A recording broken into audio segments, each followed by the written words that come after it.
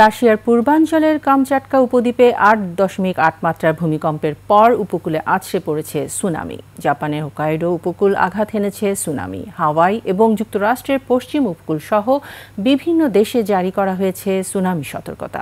বিস্তারিত নাইম আহমেদের ডেস্ক রিপোর্টে। সিল্কোর সিল্ক অ্যান্ড শাইন, যাতে আছে আর্গান অয়েল ও ওট প্রোটিনের গুডনেস, যা আপনার চুলকে রাখে হেলদি অ্যান্ড শাইনিং।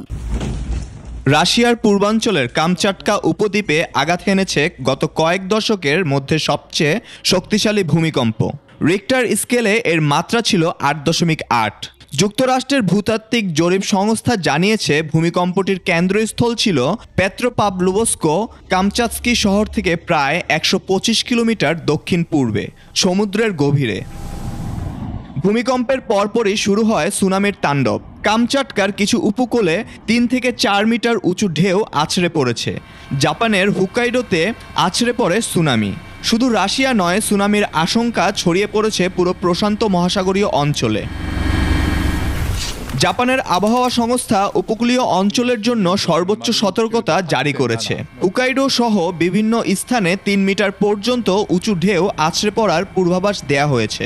ফুকুশিমা দাইচি পারমাণবিক বিদ্যুৎ কেন্দ্রের কর্মীদের সতর্কতামূলকভাবে উঁচু স্থানে সরিয়ে নেওয়া হয়েছে। জাপান, রাশিয়া সহ হাওয়াই দ্বীপপুঞ্জ ও প্রশান্ত মহাসাগরীয় উপকূল থেকে সরিয়ে নেওয়া হয়েছে জনসাধারণকে। এছাড়াও যুক্তরাষ্ট্রের হাওয়াই, আলাস্কা সহ ইকুয়েডর, পেরু, নিউজিল্যান্ড সহ অন্যান্য প্রশান্ত মহাসাগরীয় দেশগুলোতেও সতর্কতা জারি করা হয়েছে। এদিকে যুক্তরাষ্ট্রের ভূতাত্ত্বিক জরিপ সংস্থা ইউএসজিএস জানিয়েছে মঙ্গলবার রাতে ১.৫ ঘন্টার মধ্যে বঙ্গোপসাগরে ৪টি ভূমিকম্প হয়েছে।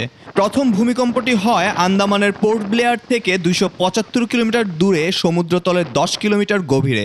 সেটি ছিল ৫ মাত্রার। এরপর কাছাকাছি এলাকায় ৫, ৪.৯ ও ৪.৬ মাত্রার আরও ৪টি ভূমিকম্প হয়েছে। নাইম আহমেদ, ২১ টেলিভিশন।